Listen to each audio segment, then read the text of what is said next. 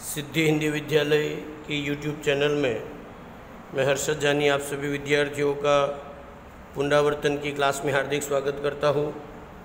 कक्षा 11वीं का अर्थशास्त्र विषय का पुनरावर्तन प्रस्तुत करूँ उससे पहले आपको बता दूँ कि 12 तारीख से जो आप लोगों की परीक्षा है उसके अंतर्गत अर्थशास्त्र में 9वां, 10वां और 11वां तीनों लेशन के अंतर्गत प्रश्न पूछे जाएंगे, जिसमें 15 MCQ हो गए, 15 एक वाक्य के सवाल हो गए और 2 अंकों के, 3 अंकों के और 5 अंकों के जो सवाल रहेंगे उस सवाल के हिसाब से आपको पेपर सॉल्व करना रहेगा।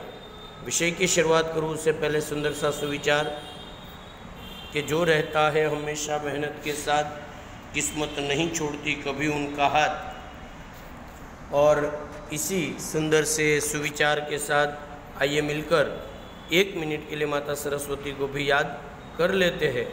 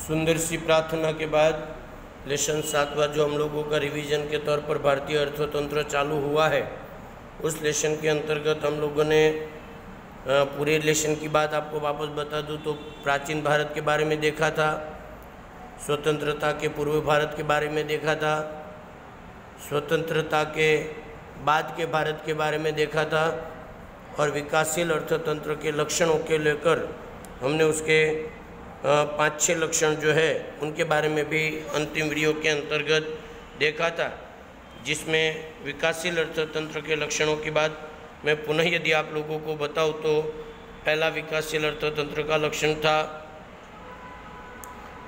जो था आप लोगों का आर्थिक वृद्धि। दूसरा लक्षण आप लोगों को जो दिया हुआ है किताब में पेज नंबर 82 पर, उसके अंतर्गत राष्ट्रीय आय में विभिन्न क्षेत्रों का योगदान, उसमें कृषि, उद्योग, सेवा का योगदान क्या है उसके बारे में देखा। उसके बाद प्रति व्यक्ति आय के बारे में भी हम लोगों ने देखा। उसके बाद रोजगार के जो क्षेत्र है और उसमें प्राथमिक, माध्यमिक और सेवा के क्षेत्रों का क्या क्या योगदान है उनके बारे में भी हम लोगों ने देखने का प्रयत्न किया। और उसी क्रम के अंतर्गत आप आगे जाओ तो 5वां जो मुद्दा है वो लिखा है आधारभूत सुविधाओं में वृद्धि। और आधारभूत सुविधाओं में वृद्धि के अंतर्गत की बात करूँ तो उसमें सिंचाई, शिक्षा, बिजली, सड़क, रेलवे, वापस एक बार बता रहा हूँ जो लास्ट में वीडियो में हमने देखा था वो कि सिंचाई, शिक्षा, बिजली, सड़क और रेलवे जैसी आधारभूत सुविधाओं का परिचय भी हमने अगले वीडियो के अंतर्गत रिवीजन में देखा। अब इस लेसन का जो मेन पार्ट्स है उनका स्वाध्याय, ऐसे तो आप लोगों को स्वाध्याय पुनरावर्तन में ही चला जाएगा, पर फिर भी एक बार आपको स्वाध्याय के सवालों की बात बता दूं। पहले जो है आप लोगों को लिखना है विकल्प के उत्तर लिखने हैं। भारत में रेलवे की शुरुआत तो आपको मालूम है 1853, भारत में मध्यस्थ बैंक की स्थापना तो क्या 1935। उसके बाद आप आगे जाओ उसी क्रम में पेज पलट दो ताकि आपको पता चले कि हम कौन से पेज पर है, तो उसके अंतर्गत भी आप लोगों को जानकारी मिल जाएगी। जो तीसरा सवाल है वो सवाल है मानव विकास रिपोर्ट के अनुसार 2014 के अनुसार भारत की प्रति व्यक्ति आय कितने डॉलर थी। उसके बाद चौथा सवाल भारत की राष्ट्रीय आय में 2014-15 में सबसे अधिक योगदान कौन से क्षेत्र का था। उसके बाद भारत में किस प्रकार की बेकारी देखने को मिलती है? 2011 में भारत के कृषि क्षेत्र में कितने प्रतिशत लोगों को रोजगार प्राप्त होता था? नेक्स्ट, 7वां, भारतीय रेलवे विश्व में कौन से नंबर का सबसे बड़ा नेटवर्क माना जाता है?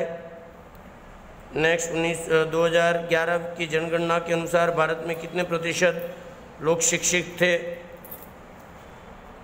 सन 2011-12 में भारत की कितने प्रतिशत आज़ादी या तो आबादी गरीबी रेखा के अंडर में थी? और 10वां, नीचे दर्शाई गई कौन सी सुविधाओं का समावेश आधारभूत में नहीं होता? तो आपका उत्तर रहेगा आयात और निर्यात वगैरह मुद्दे आप लोगों को इसके अंतर्गत प्रश्नों में लिखने रहेंगे। उसी क्रम में एक वाक्य की अगर बात करूं तो भारत में सार्वजनिक निर्माण विभाग की स्थापना कब हुई? 1855 या 56 आप लोगों की किताब में दिया हुआ है। नेक्स्ट, भारत में बैंकों की स्थापना कब हुई? 1770 का टॉपिक आप लोगों को दिया होगा। वर्ष 2011-12 में कृषि क्षेत्र की रोजगारी का प्रमाण कितना था? प्राचीन भारत में किन संस्कृतियों का समावेश होता है? और 5वां, मानव विकास विवरण की रचना कौन करता है? वगैरह सवालों के जवाब आप लोगों को लेसन के अंतर्गत रिवीजन में देखने रहेंगे। उसी क्रम के अंतर्गत की बात करूं तो 2 अंकों वाले सवालों की बात करूं तो मैं वहाँ पर लिखा है कि होम चार्ज अर्थात क्या? दूसरा, भारत होम चार्ज का अर्थ आपको बताया था मैंने, आप लोगों को मालूम है।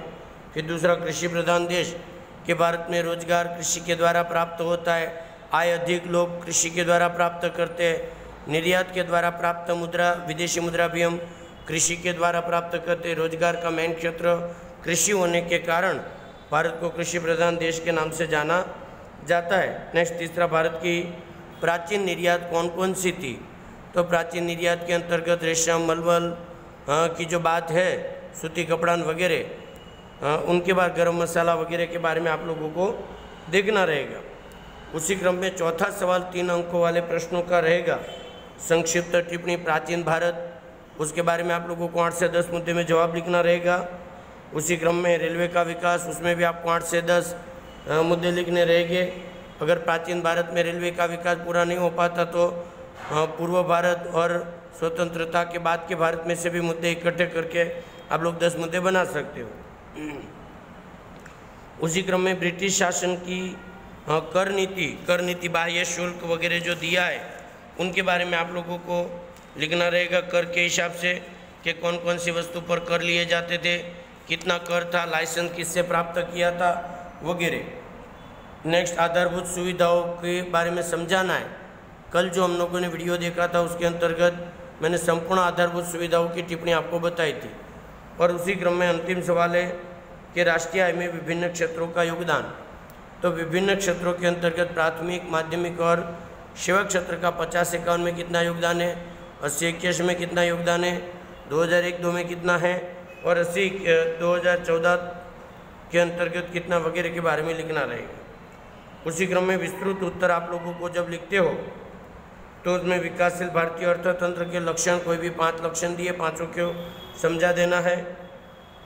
उसी क्रम में प्राचीन भारत के उद्योगों की स्थिति, मतलब प्राचीन भारत के 13 मुद्दे, उसके अंतर्गत से कोई भी 7 से 8 मुद्दे आप लोगों को लिखने रहेंगे। नेक्स्ट, स्वतंत्रता के पूर्व भारत, उसमें भी आप लोगों को 6 से 7 मुद्दे लिखने रहेंगे। और उसी क्रम में स्वतंत्रता के बाद का भारतीय अर्थतंत्र, उसके अंतर्गत भी आप लोगों के जो 5 से 7 मुद्दे बनते हैं उसके अंतर्गत प्रत्येक मुद्दे को समझाने का प्रयत्न आप लोगों को करना रहेगा। उसके बाद लेसन के अंत में आप लोगों को एक 85 नंबर पेज पे जाओ तो कठिन शब्दों का परिचय भी दिया है, जिसको पढ़ लेने से आप लोगों का ये जो 7वां लेसन है वो पूरा का पूरा क्लियर हो जाएगा। अब मैं जब रिवीजन के लिए आप लोगों के सामने प्रस्तुत रहूँगा तो मैं 9वां लेसन तो ऑलरेडी मैंने पहले रिवीजन करवा दिया है, अब मैं 10वें लेसन का रिवीजन आप लोगों को करूँगा। मतलब 7वें का हो गया, 9वें का ऑलरेडी पहले हो गया था, 8वें का पहले हो गया था। अब 9वें लेसन के अंतर्गत से हम लोग रिवीजन का काम चालू करेंगे। तो कल वापस जब हम मिलेंगे तो 9वें लेसन के साथ मिलने का प्रयत्न करेंगे। आप लोगों ने पुनरावर्तन का ये वीडियो देखा उसके लिए बहुत बहुत धन्यवाद। यदि वीडियो पसंद आए तो लाइक, सब्सक्राइब और शेयर करना ना भूलें। रिवीजन की क्लास में भी आपको कोई भी प्रकार का इश्यू है, कोई भी प्रॉब्लम है, कोई समस्या है, तो आप मेरे फ़ोन पर फ़ोन करके आप संपर्क कर सकते हैं। बहुत बहुत धन्यवाद। जय हिंद, जय भारत, वंदे मातरम। धन्यवाद।